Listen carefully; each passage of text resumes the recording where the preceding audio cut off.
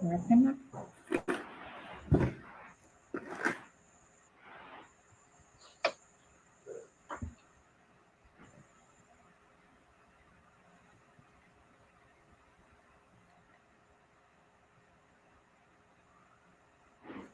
All right, good morning, good afternoon, good evening, depending on where you're watching us from. My name is Saada Sadiq. You can call me Mr. International Midwife. We are in the month of October, and as you all know, the month of October has been a month of celebration and awareness. Today, we are going to discuss cerebral palsy, which is one of the um, days that we also celebrate when it comes to October. And today I have my guest who is somebody very, very passionate about neonatal health and children's health. So I'm going to leave her to introduce herself. So, Mrs., the platform is yours. Kindly introduce yourself. Thank you very much for having me. My name is Mrs. Mafo Opon. I'm a pediatric nurse specialist and a married woman with 4 kids. And I'm excited to be here to discuss a very important topic, cerebral palsy, a condition that is affecting a lot of children all around the globe. And as we are in October month, you see me rocking my pink is me creating awareness or sensitizing every woman out there to get herself screened for breast cancer. So I would say know your breast, feel your breast, and if you identify any changes, take action. Yeah, it's good to take action. Very, very, very important. So, as we discuss cerebral palsy, Yeah. I want you to tell us one of the myth. The first thing is a very quick myth about cerebral palsy that you've heard before in your field. Okay. So I think the most common one is the fact that people feel they are mentally retarded. And once you have cerebral palsy, you can't do anything meaningful in life. But then, Mm, the fact that someone has cerebral palsy doesn't mean the person is mentally retarded. That's a different thing altogether.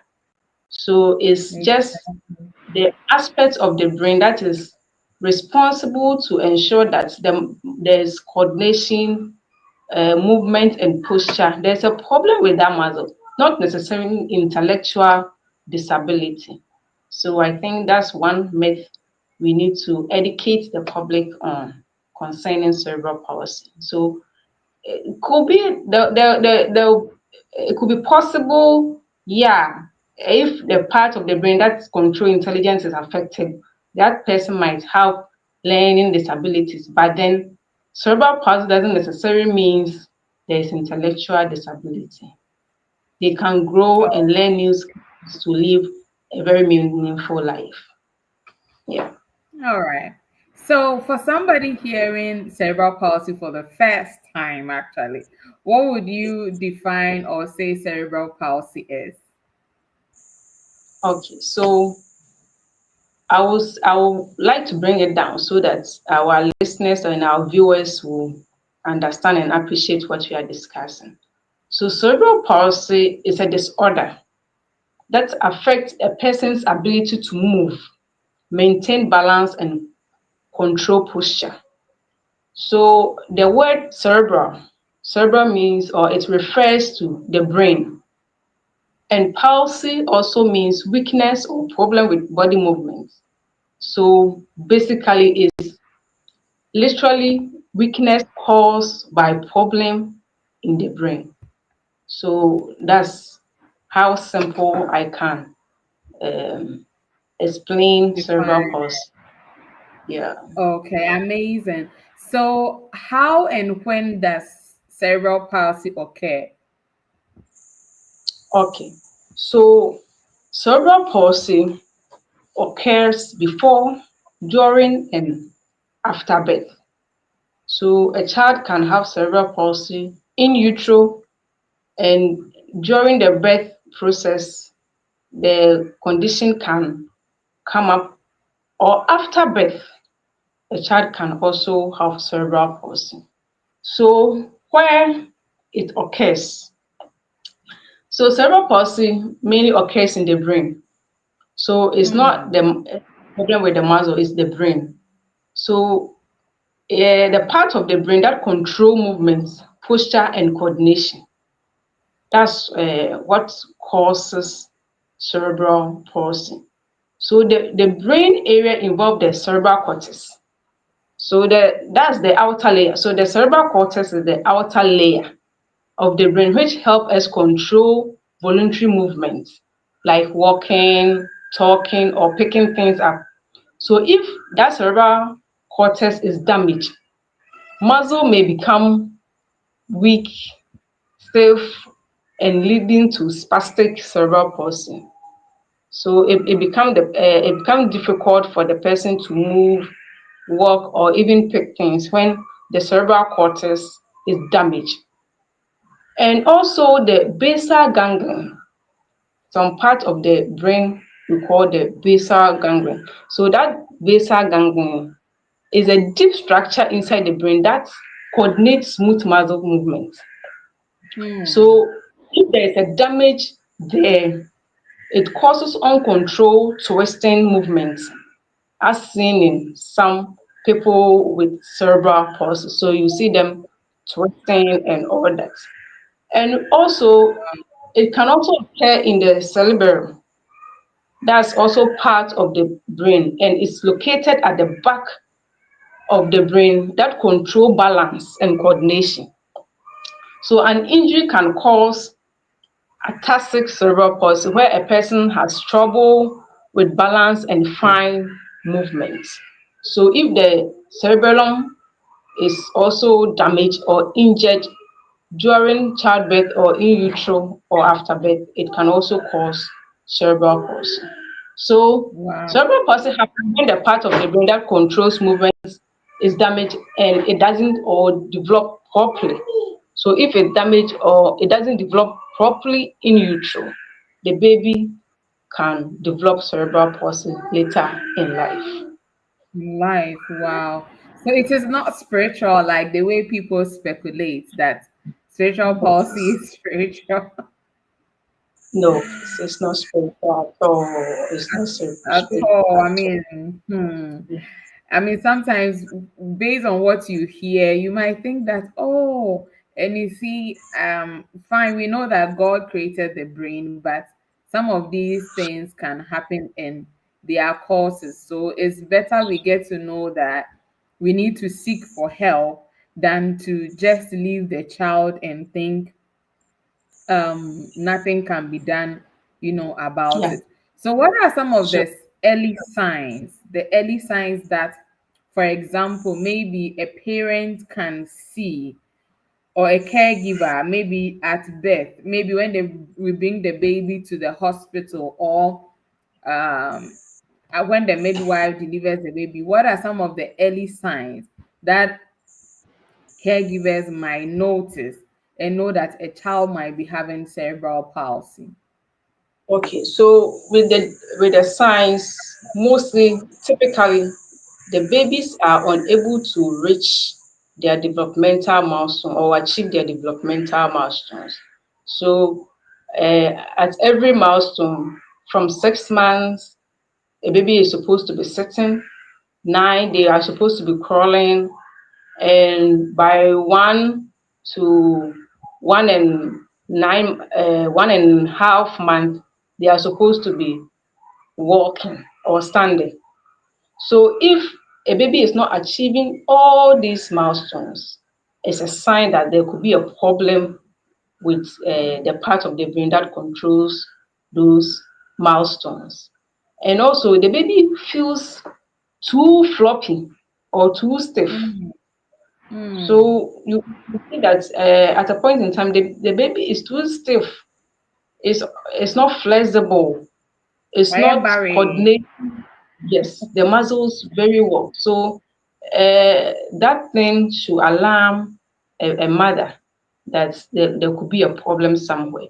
And also floppiness, too floppiness. You could see that the baby is unable to hold him or herself upright, hold the neck Mm. upright, all that. So if you see that there's poor neck control and all those things in a baby who is supposed to be controlling his or her neck, maybe at 6 months and all that, I think mothers should take appropriate steps in sending them to the hospital for prompt care. They also have feeding and swallowing difficulties. So you could see that at times coordinating swallowing and feeding, breathing and all that, it becomes a challenge for them. So at times they keep aspirating whenever they are eating or taking fluids and all that. So if a baby is having problems with that, the mother should take appropriate action. And you could see that the baby doesn't smile or interact as expected of their age. So Mm. point you could say, oh, the baby should be interacting with With uh, others. The other child has kids to be or their loving. parents or but then you could see the baby is a little off, the interaction is quite displaced. So those things, those cues should lead you to take action or seek for advice on the baby. And also movement and muscle problems. So depending on the type of cerebral palsy, you might see that the baby becomes spastic or stiff or having tight muscle or causing jerking movement. So you could see that Mm. their their movement is a little um I don't know how to put, but they become very jerky. So they don't really coordinate well because the brain is not giving the signals appropriately.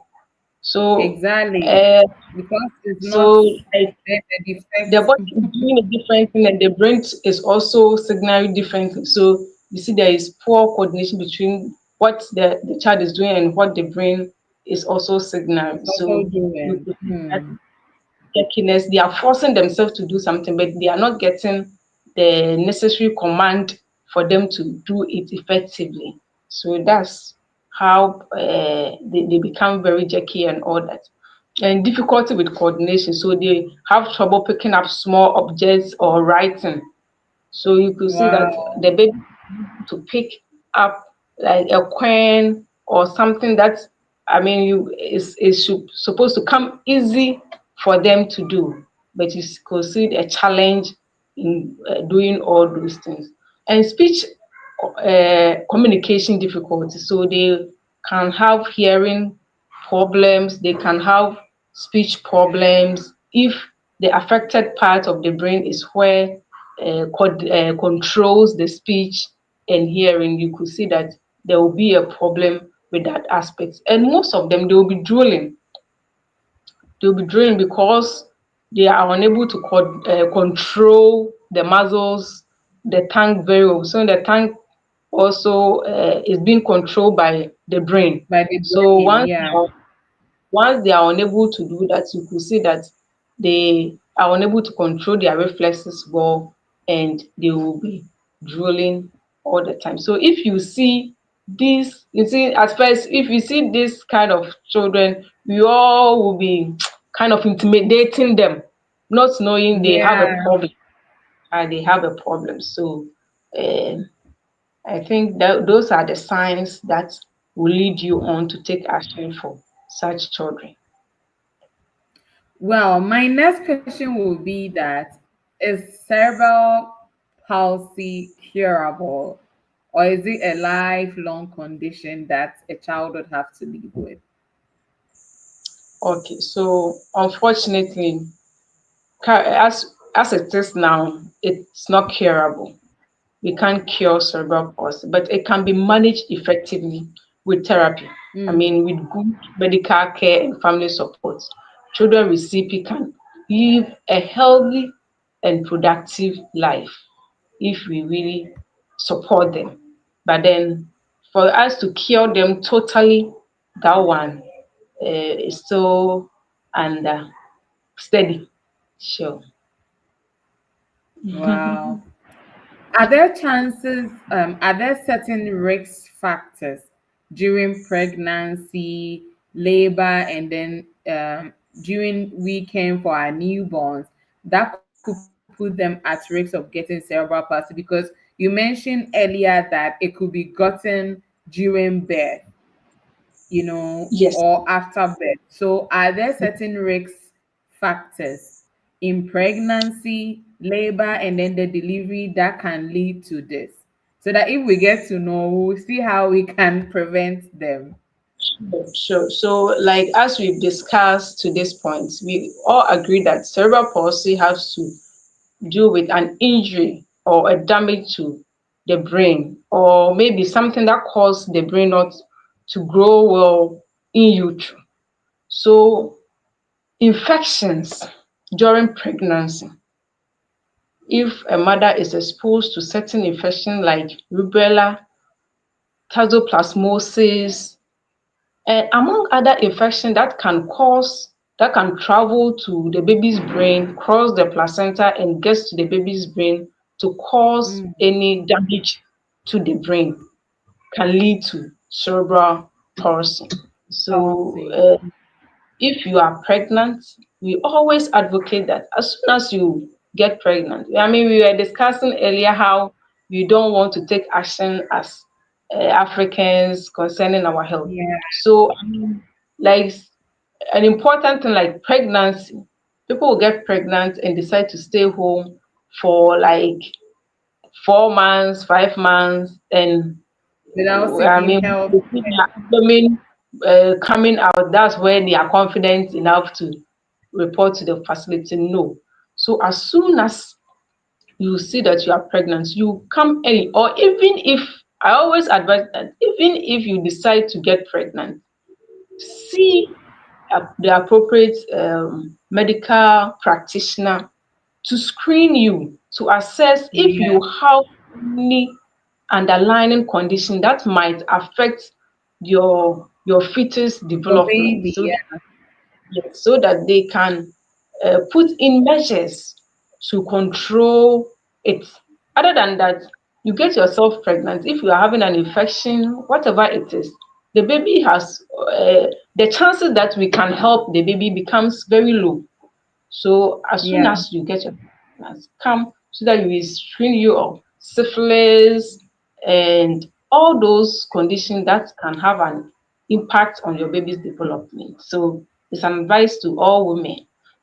And also, unfortunately, premature birth. So I think most premature birth is because there was an infection or there was something that wasn't noticed earlier, and most babies are born premature. So I think if you report early and you are a regular A and C attendant, I think all these factors will be identified and the appropriate measures taking place. So premature birth, but I mean, we all get pregnant hoping to give birth at 9 months. But if something happened that we deliver prematurely, it's a risk, especially the early preterms, 28-week gestation, 27 weeks, because their brain or their scalp is not developed properly. They can have rupture of the veins in their brain. And if it ruptures like this, there could be a damage in the brain and also cause cerebral palsy later in life. But not all premature babies will have this condition that I'm talking about. And Okay. multiple pregnancies. At times, if the other baby is getting more of the nutrients from the mother. And there Yeah, to are explain that twin to twin transfusion. sure. So it's like there is inadequate supply of blood, and we know blood is very important to carry oxygen to the brain and all that.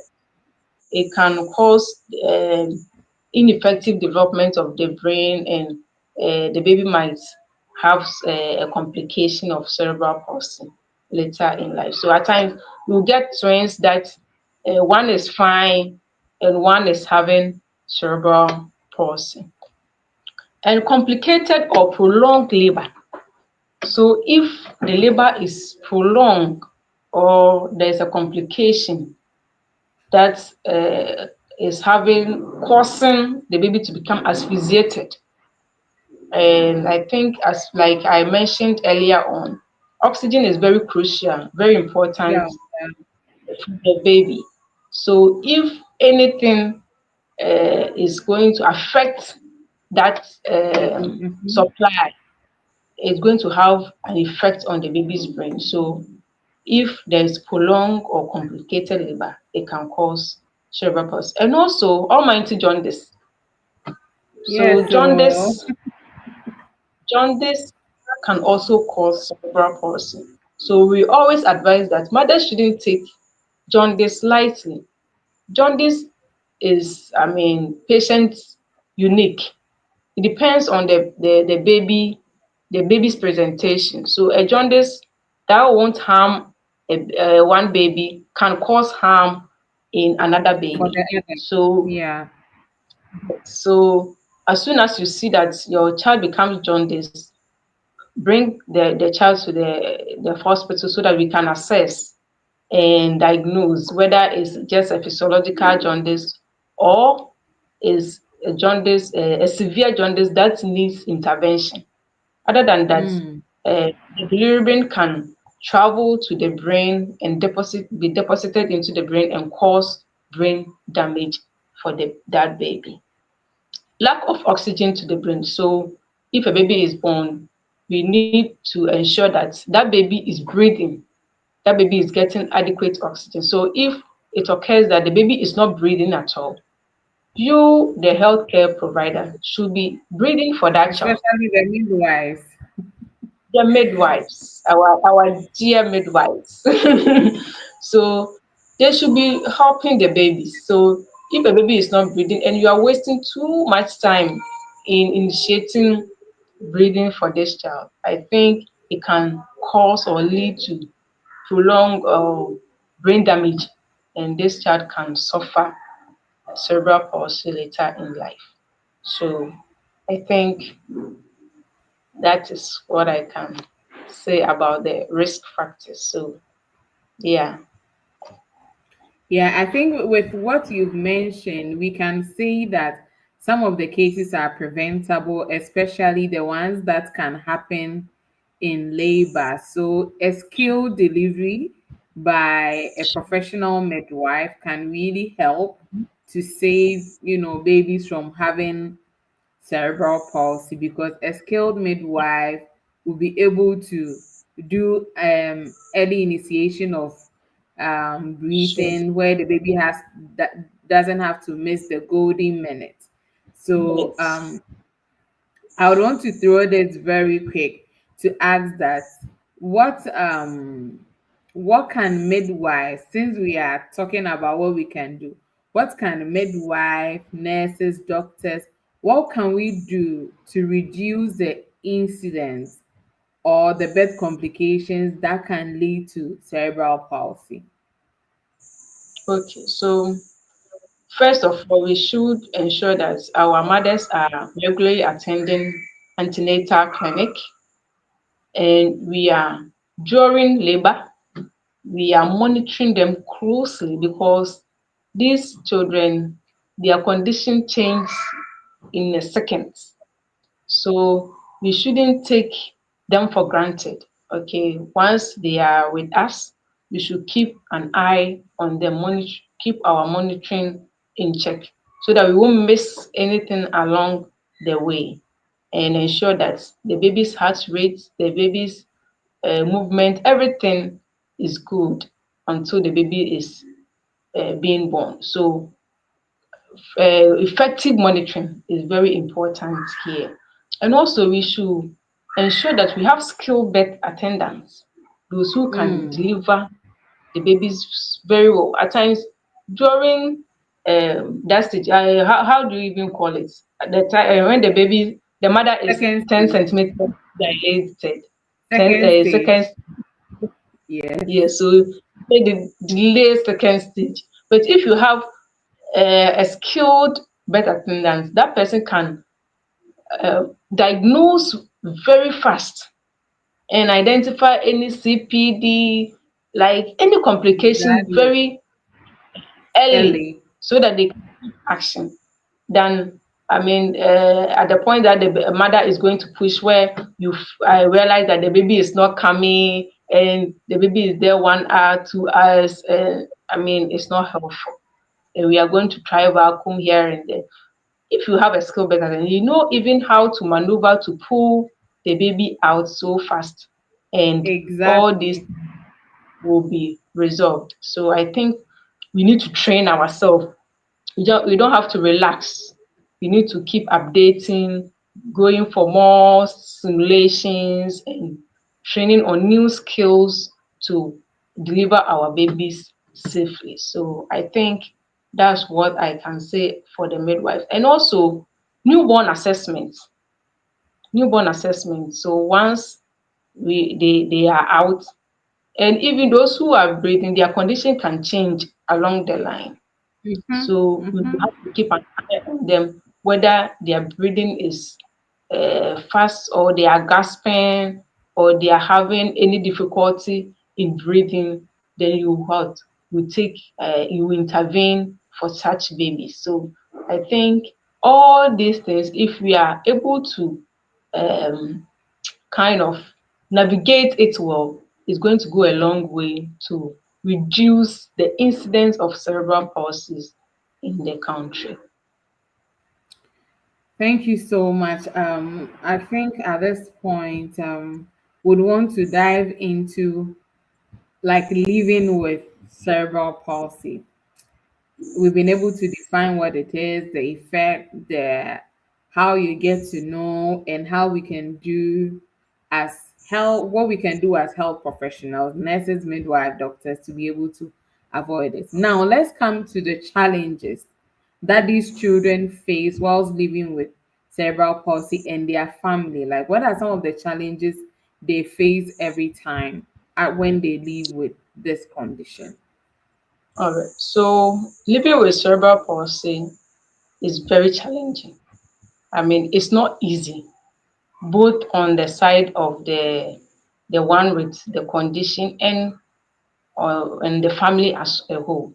Because imagine you are trying to do something, you have the muscle is not a problem, but the brain. So the person is trying, but the brain is not what helping. So it becomes frustrating, and life become difficult for them. So it's very challenging for those living with cerebral palsy.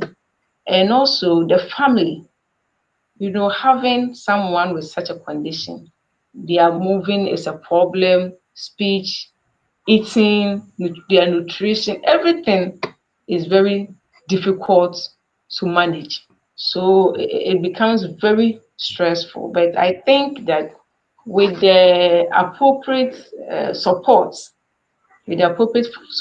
from everyone, including teachers, healthcare professionals, social workers, we can all come together to support. So they have, I mean, walking challenge, so speaking difficulties, and even social barriers, because who would like to, associate with them all the time? Because if we have to move with them, we need to bring a lot of things around to support them and all that. So it's like it becomes difficult. Yeah. So they are mostly left home, and it's not helpful in their on their mental health as well. So they kind of have a lot of emotional struggles, and all that. So it's not easy even to attend school because teachers don't really, I mean, they have a lot of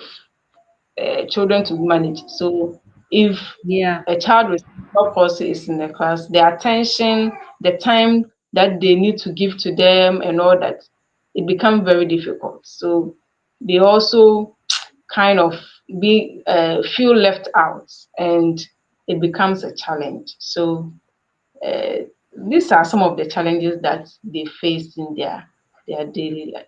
Yeah.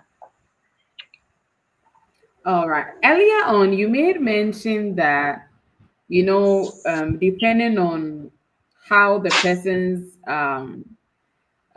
situation is, meaning that there are different types of cerebral palsy. So I'd want you to talk about the different types of cerebral palsy that is available with us, and based on it you can say how those ones behave, how living with them are, the percentage at which those people can be able to, you know reach their actualization in life. So if you would take us through if you would take us through the types of cerebral palsy, I'll be glad.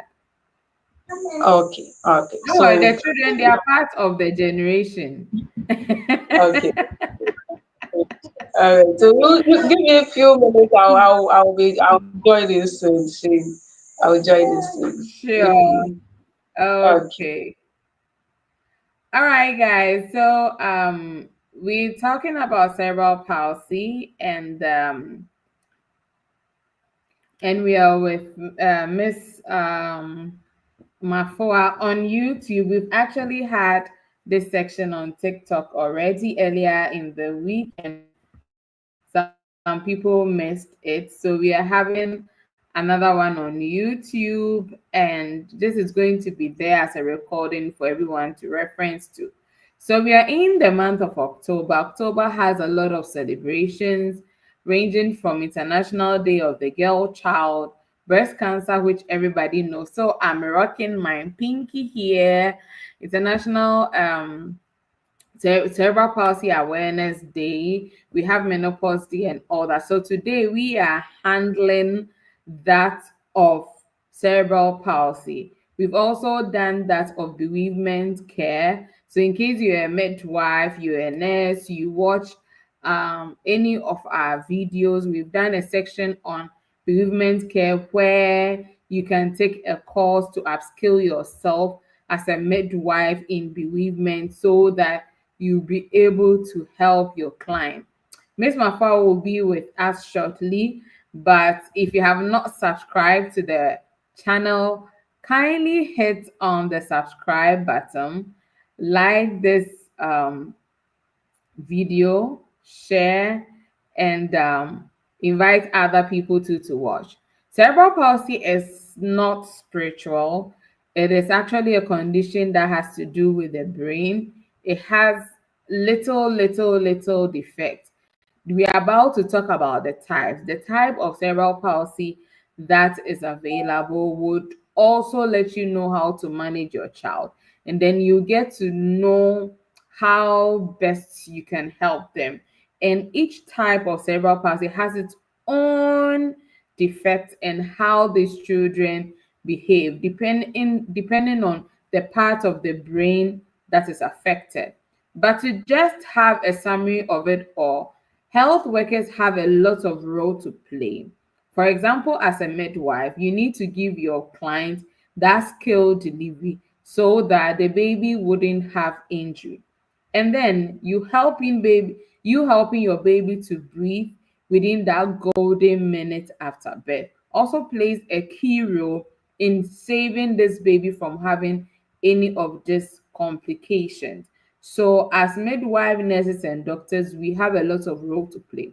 As a mother, what you can also do is that, for example, if you're being told that your baby is big and it's going to be difficult for you to give birth vaginally, you don't have to, fight the health workers, but is based on the assessment that has been done. That's how come they think you should have an alternative form of birth delivery. So in case it is so, you don't need to fight us. You have to consent to it so that we can deliver the baby for. But if you go into labor, this labor is going to be difficult for the baby, and it can cause you to give a birth injury to your baby's brain and can cause cerebral palsy. In Ghana, we don't have a lot of special schools where your ward can go and have, special care. And even our health insurance and other stuff make it very, very, very, very difficult for us to manage babies like this. So we always want you to adhere to us.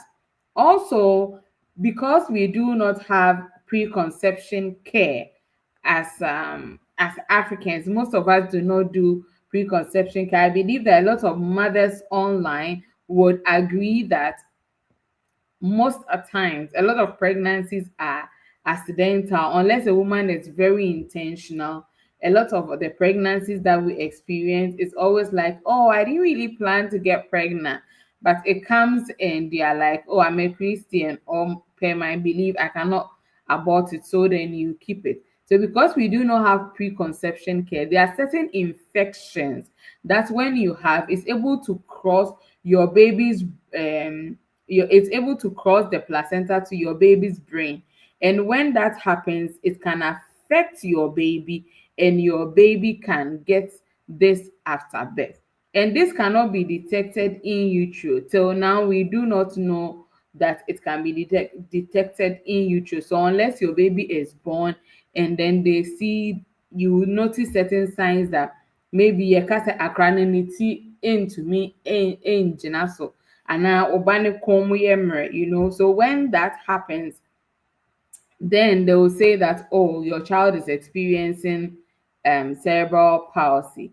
So we have, okay, Miss Mabel is back. Thank you for coming back. I was just giving a summary of what you said earlier. Sure, sure, So sure. Sorry for we are actually, oh, don't worry. I understand, especially with the kids, they are part of us, so we cannot we cannot do without them. So guys, all sneak those on sneak TikTok, we in. actually streaming. Yeah, we're actually streaming on Facebook. Sorry, we're actually streaming on YouTube because we've already Yeah, had a TikTok session. So we are live. We are live on YouTube. The channel for the YouTube is in my bio, so you can tap on it and join us on YouTube so that we can always have it as a reference.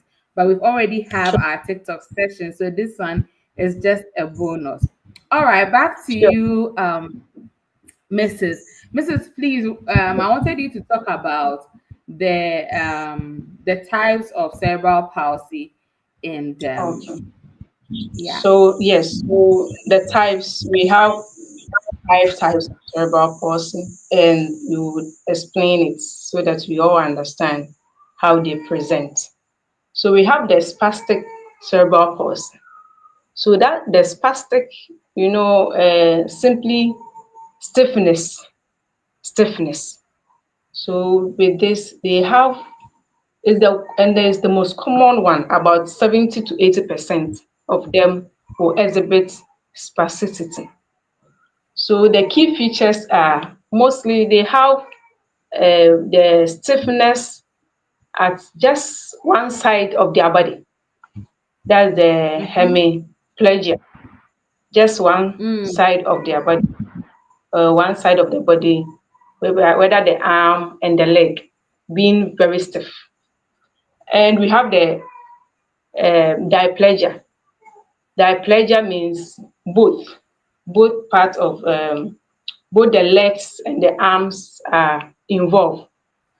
And we have the quadriplegia. So with the quadriplegia, I think it affects all limbs and trunk and face, like almost all parts of their body. So I oh, think so that's those the people most. are like the vegetable kind of. Yes. So you Oh, see okay. them dancing around, kind of Oh, abnormal kind of behavior, oh, or as if they are mimicking someone, as if they are making yeah. fun of some. You see all is they have the severe features. And we also have the disconnected cerebral palsy. So with this one, there's involuntary movement. With this one, there's involuntary movement. For the first one was stiffness, but this one there's involuntary movement. So they could be okay, but all of a sudden you could see them moving involuntarily without necessarily the brain signaling them to do so. So it's kind of an involuntary Wow. thing that happens to them. And they also have jerking, they become jerky and all that. And it worsens with stress and during sleep as well. So when they are stressed out, they Wow. can it can trigger all those things. And also it can also affect the face and tongue, leading to difficulty with speaking, eating, swallowing, and all that. So I mean, at a point in time, they have an involuntary movement, so it can have. And we have the ataxic. So that one too, there's poor coordination and balance. The ataxic type, there's poor coordination and balance. Mm. So they become shaky and unsteady movement, especially when they are trying to perform something or a task. So you see that features in them. And we have the mixed cerebral palsy. So with the mixed one, I mean, it's a combination of all the types that Of we've all the mentioned. types. Types Wow. that we've mentioned. Yes. So that one too will be is very challenging. It's very challenging. Yeah, very challenging. Yeah. So I think Wow. I that mean, so not all of them have the same status because yes. initially people, in fact, most people think that all cerebral palsy is cerebral palsy. Yeah. If it's So it not, depends. like they will get to know. That the damage occurs. Mm, Uh-huh. So that will yeah, uh, depend on where the damage occurs. Yeah, influence. yeah, sure. Oh, okay, okay, okay. Wow. So, with all that being said, can you tell us how important early detection, therapy, and rehabilitation can help these children? Okay. So I mean, early detection means early intervention. So if we detect it earlier, it will help kick start the interventions, the physiotherapy, the speech therapy, and the pediatricians come in to correct certain abnormalities. So as we see, we notice it earlier. The child, we help the child or we support the child to find other ways to live with the condition, okay, to other ways to perform their tasks and all that. So it will help them learn and get used to it rather than, I mean, noticing it late and They, they mm, have they have not learned new skills in managing such condition, and it will have to be very difficult for them to navigate their way. Yeah. so, can you explain the role of the physiotherapy, speech therapy, and then occupational therapy in improving the outcome of these children? Okay. So I think the role of the physiotherapist is that they kind of help in muscle management. So Mm, they have stiff muscle, floppy muscles. So they will take them through exercises that can strengthen or loosen up the stiffness in the muscles. So I think physiotherapy does a very good, is very effective for children living with cerebral palsy. Healthy. So I physiotherapy helps improve strength and balance and all that. And they also teach exercises to reduce the stiffness. Like I said, they teach them exercises Okay. to help reduce the stiffness and also encourage them to become dependent. They encourage them to be independent. Independent, sorry.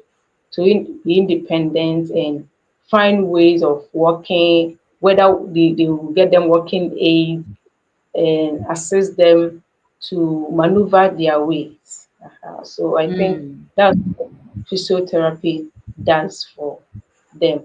And also social support. Social support. So like it can be stressful. It can be stressful and all that. So if you have people who are living with such condition, parents, families, and they all come together to share their experience, what worked for them, how they are managing themselves. I think it will also go a long way to support you and also living with the condition effectively. Yeah.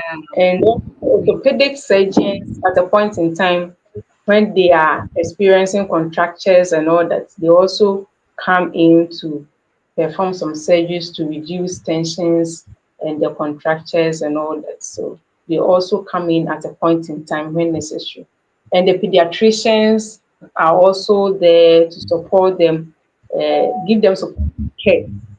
So if they are aspirating, if they are having nutritional problem, malnutrition, they can easily become malnourished because it's difficult for them to eat.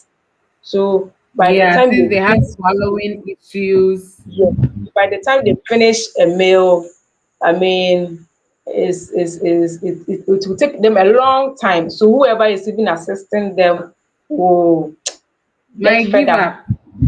Um, Mm. but, so they can become malnourished. So they will be there to support them with all their nutritional needs. And so I think it's a multidisciplinary team that come in to manage children living with such condition. Yeah. So, in your context as a nurse, how do you support parents emotionally, especially the mothers who feel very guilty that they might have, caused this condition to their children? How do you go about it? I've been told So, you're a very good nurse. oh, okay. Thank you for the compliment. But then I'll also thank you for such a wonderful initiative because most of us we don't find time to come out there and do the education. But I think the education goes a long way for people to be well informed and understand what exactly is going on. Because people don't understand why is this child like this? No, people don't want to go close to them. Yeah, People don't want to they associate. can't even say omo yensuo bakra. So, I mean, what we are doing now, if people get to access the videos and listen to us, they will understand, oh, okay, so it's the brain. Okay, so it's like the body there is no fault in the body, but because the brain is not functioning well, that's why they are experiencing this and that and that and that. So they become relieved, kind of relieved and Yeah. understand that it's not something contagious. And I think just last 3 days I was driving around Tech and I saw an an adult with cerebral palsy and he has gone for to pick up a child in school to pick up a child in school. The child is about 7 to 8 years, and he was walking the child home, and the child was, I mean, communicating, conversing with him, and they were having. I was like, wow! I wish I could take a pic and show it to Saida. It was very interesting. This is involvement. Wow. This so I think first of all, the mothers they are depressed, they are disappointed, they are sad that I mean they wish their child by 3 months by 3 years that child should at least leave them Should so that be, they can yeah, to be able to move around like every other child does. by then. This is a situation whereby they have their children close to them all the time. They have to be carrying them around, they have to be feeding them even at that age. It's not easy. So you have to be compassionate as a nurse.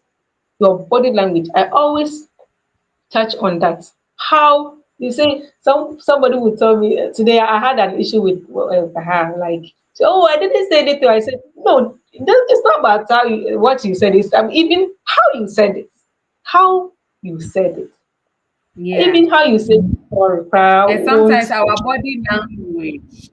chill. So be compassionate. I mean, put yourself in their shoe. Let them ask them how you can support them, how you are there to support them at every step along the way, so that they can feel that okay, they have somebody they can confide in, they have somebody who is willing to support them.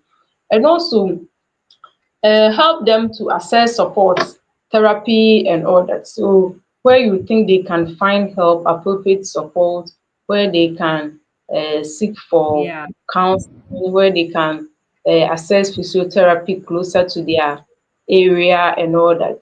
I think you can also help them in that respect, and also encourage them that it's no fault of theirs, it's not their fault, is something that happened that they Yeah. didn't have control over. So the most important thing is that they have an alive baby with them. They have to appreciate that they Mm-hmm. have a baby who is alive, who is not dead, and with the support they give that baby can do exploits, can do a lot of things that will be meaningful in life. So I think they should focus more on empowering them rather than looking at their disabilities and focusing on that. So they should appreciate, even if they achieve a small milestone, they should encourage them, they should celebrate it, and they should be happy that they have an alive baby who has been given to them. Yeah. Okay. So as I've asked you about what you can do and a little you've said, what do you think the communities, our schools, everybody, so at any level you want to address, what can we do as Ghanaians so that we can support these people? Because when I was in US, there is a hospital in Arizona that is purposely is for Mm-hmm. children with disability. And when we visited that children's hospital, within a day, the number of cerebral palsy babies, Down syndrome, and other children I saw, and they come in, they are received warmly, they are being shown love. Then the colleague and I who visited the hospital that day for the tour, we were just looking at each other. We were just sober. I mean, what can we do as Ghanaians to help these mothers? Because they honestly, I know a mother who even feels so bad and she wish she could even get rid of that child because it Yeah. has become a burden to her. Yes. Yeah, So I'm reflecting on something that my in-law told me, that when she went to US, an old American woman was with her, and she was like, "Oh no, I have to go home. I'm going to take care of my grandson. My grandson is every day she'll be worrying her with her grandson. Hey, I'm going to my grandson is coming from school. Like so one day she saw the grandson and the grandson had cerebral palsy. And you know how we accept them in yeah, our society. So she was like, "Hey, so is this the grandson that?" So the acceptance, what we exactly. have to So she was do. surprised, like, hey, even though Hey, he has this condition, he's been showed so much love. He knows he has that support. And he never mentioned that, oh, like ABI, like we would say, oh, me nana no wa ya for and yes, no, there was nothing like that. But No. when we are surprised, the grandson had CP. So the acceptance Mm-hmm. level, we not accepted them enough to be part of this, Yeah. and we accept them. I think it will help reduce a lot of stress, anxiety, emotional stress on the parents and the family, because mostly the family want to bring them out, but hey, as soon as you bring them out, everybody is looking at you. People will start looking at them in a particular way. And they feel embarrassed and all that. So if we accept them, if we keep making noise, creating the awareness, so awareness creating the awareness. Okay, so this is the condition. It can happen in this and that and that. So if we keep creating awareness on the condition, I think it will increase the level at which people accept them, and also accessibility, how they access schools and facilities that will help them improve their living. I think that one Yeah. to also help them make them more inclusive in life. Yes, so I think Okay. uh, And then we are have to. there, can you talk about some schools in Ghana that you know accept these children, so that in case maybe one day a parent come to chance on this video and she's wondering whether maybe she's hiding the child at home, she wish the child will Sure. be able to go to school. Yeah, would you mind sharing in case you know any schools or support Okay. group or something, that in case any mother comes online and chance on this video, she could, you know, yeah. Sure. So I think typically we have special schools that I mean scattered around the country, and I know Oh, one okay. in Kumasi. Sorry, a very quick one. So does it mean that most of the specials, because I've visited some of the special schools before, but I mostly see the blind, the deaf, and yeah, just a few of them. And maybe I So think I saw a Down syndrome sometime, but I hardly see okay, the CP children. yes, because they are not. I mean, they are not looking out for the schools, and they are not bringing their kids there. And I think I know one school in Kumasi here, Kingdom Kids. They are it's an all inclusive school. So it's a school Oh, accepts children with such condition. wow. So Wow. I think even that school, they have people coming from the states who are running the school. So so Really? yeah, Wow. yes. So it's around Bomso Tech area. So they accept That's such children. interesting. And yes, it's a very good school. I think where that's where my kids even have go for crèche when they are kids, they are around, they are having their crèche period. So and we have the Garden City Special School. We have the Garden City Yeah, Special the Garden City Special School. School. That one too is at Asokore Mampong. Mm-hmm. Asokore Mampong area. So they also manage children with such.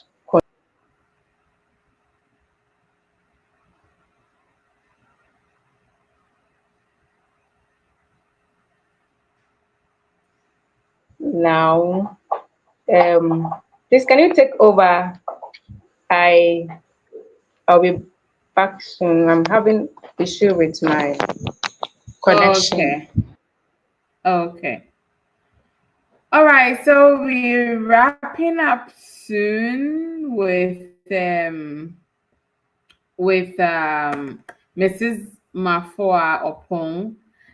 We've spoken a lot about cerebral palsy. In case you have any questions, you can drop it so that we can address So, as we've said, as health workers, we have a lot of role to play in helping these mothers, the community, and everybody. We need to help them for them to, accept these conditions. And there are schools that really welcome these children. So, in case you accidentally, unfortunately have this situation happen to you, do not confine your child at home.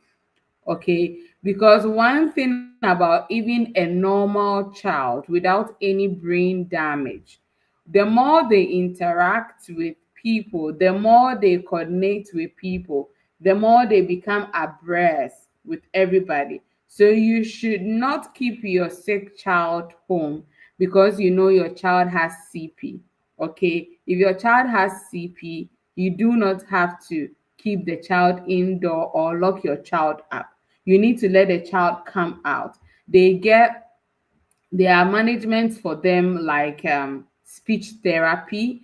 The speech therapists help them to be able to, coordinate their speech and help them out and all that. So you have to accept these children and help them to integrate. They also get physiotherapists that help them with their movement because the condition they are going through is that the brain and the body are not coordinating together. So that is what is actually causing their palsy. So palsy is like a defect, and the cerebral is the brain. So wherever there is a defect, that is where they end up having situation. So these are some of the things that happen. When you see a child with CP, please, a child with cerebral palsy, they can be drawing. Sometimes they have difficulty in swallowing, and then sometimes they are um some of them have stiffness. Not on my I guess they have stiffness. There are times too that they become flabby. So depending on what you're experiencing as a parent, the earlier you detect this, the better you take the child to the hospital, start seeking care, start seeking therapy to be able to help these children. As a community, we need to help to support them. The month of October is not only for breast cancer. One of the things we also need to create awareness on is cerebral palsy.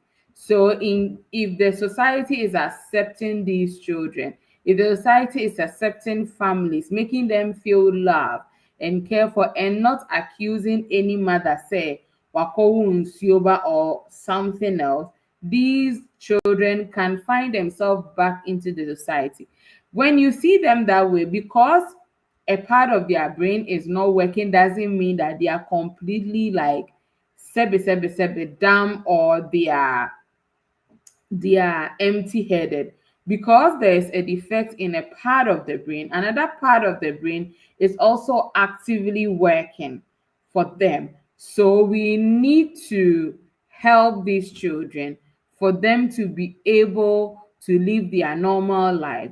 The basics are always going to be difficult because sometimes they have issues with um attending to their personal needs like the washroom, the eating, the swallowing. But when they go through rehabilitation and then therapy, at a point they'll be able to pick up, though they might not be able to have that top-notch life like you think, but it's something that when they go through therapy and all that, they will be able to survive.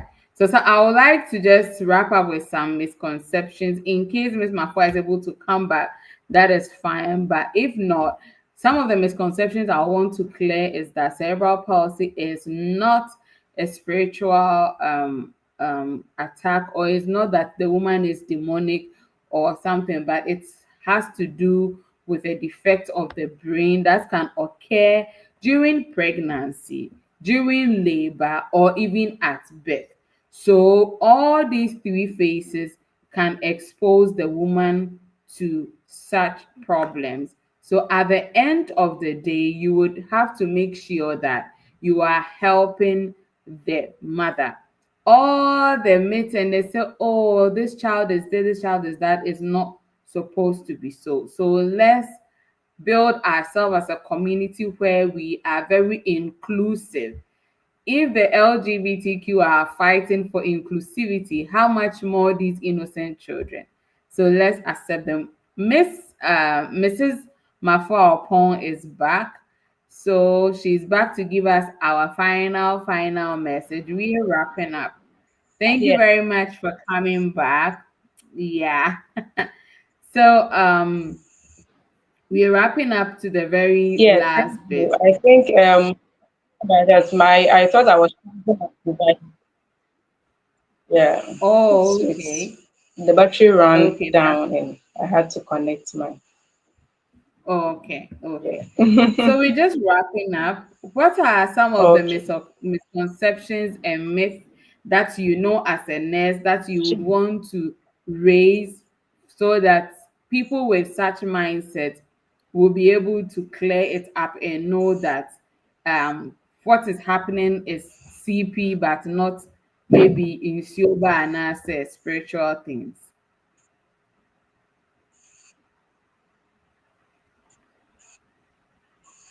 Okay. So like we earlier discussed, first we think it's a disease, it's a curse. It's a curse that is causing them to have all those features. But then what want to assure all our viewers is that it's not a curse. It's actually an injury or something that's happened to the brain development that is causing them not able to get signal for the muscle to control and coordinate very effectively. So it's not a condition that is being uh, cares on by the mother. Yes, so I think it's not a curse. That's one myth that I want to clear. And it's not a mental disability. It's not a mental Mm, disability. So the fact that a child is having CP doesn't mean that child is mentally retarded. It's a different thing altogether. So yeah, a yeah. child with CP can also um, have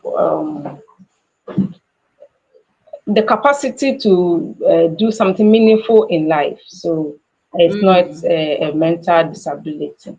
ability. And another myth is it's not contagious. That if your Mm, child touches a child with CP, that child is going to infect your child with the condition. No. So it's something that developed as a result of a brain damage or something. So it's not so it's not contagious. So your kids can play around them, they can move around with them, and they won't acquire the condition. So that's one myth that I want to also, and they can improve.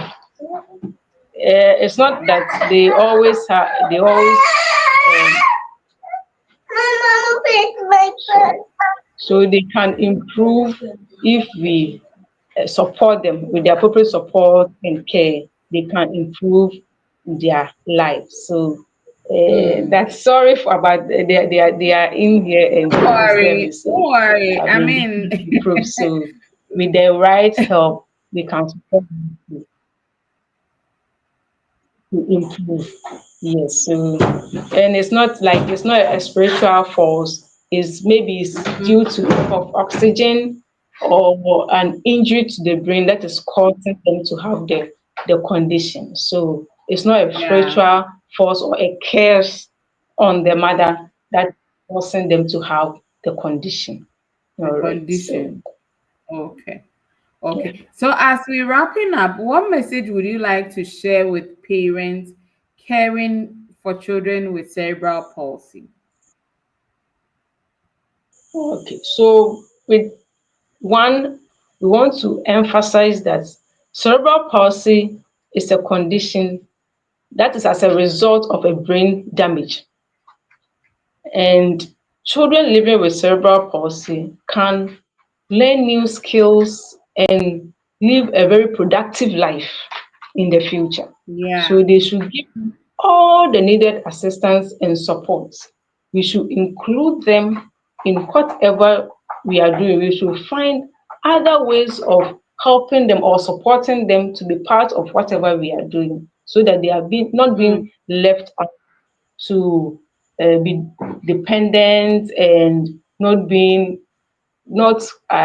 becoming something if valuable to the society. But with the right help and support, they can live a very productive and effective life. So I think they should be encouraged and also help these kids to achieve their full potentials.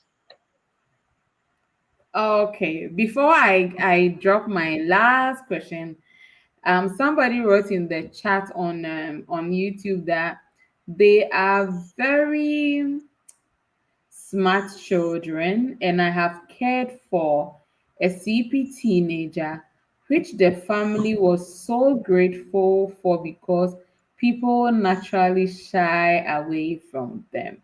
God bless you, Yes, Eunice, for such a good act as a nurse, being that supportive. I think yeah. whenever we're able to give them that love, no, it makes them appreciate.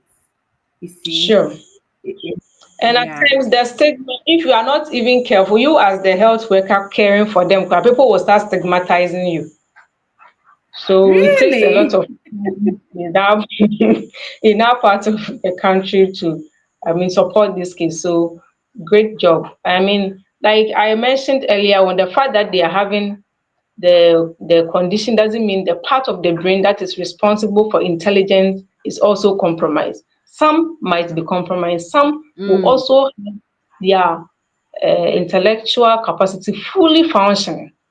And yeah, the condition is there, but yeah. they also have their intellectual capacity and they can do whatever they want to do. Mm, mm.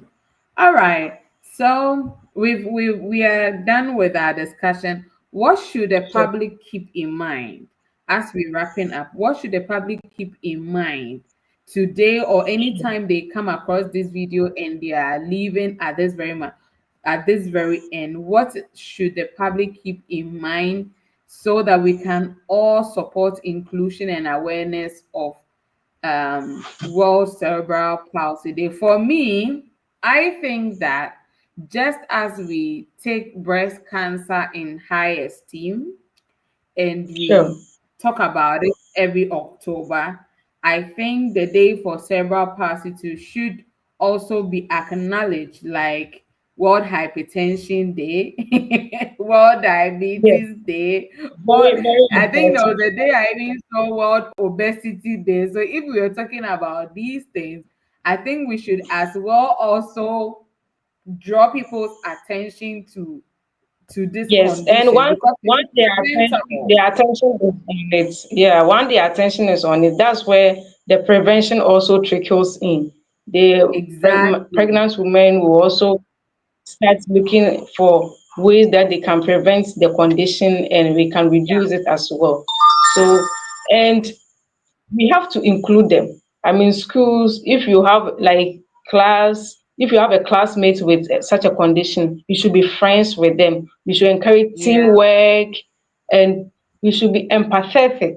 We should understand the fact that they have such a challenge. So we should get time for them to accomplish their tasks and all that. So if we are including them, if we are encouraging them, and we are also creating awareness, I think it will go a long way to help us reduce and also manage children with cerebral palsy. Yeah. All right. Mrs. Mafua Opon, I want to say a very big thank you for accepting my invitation. I, as I always say, Thank I you. love babies. I Thank love you too for mothers. having me. I I always want the best for my patients. one thing that I say is that Sure. every time a patient encounters me, I Yeah, want the you're patient doing to so leave. amazing. Thank you.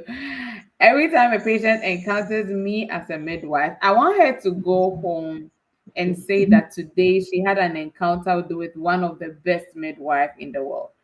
So when I talk about cerebral palsy and Sure, Mavis was like, "Oh, I sure, can sure. introduce you to a pediatric nurse." She's so passionate about children.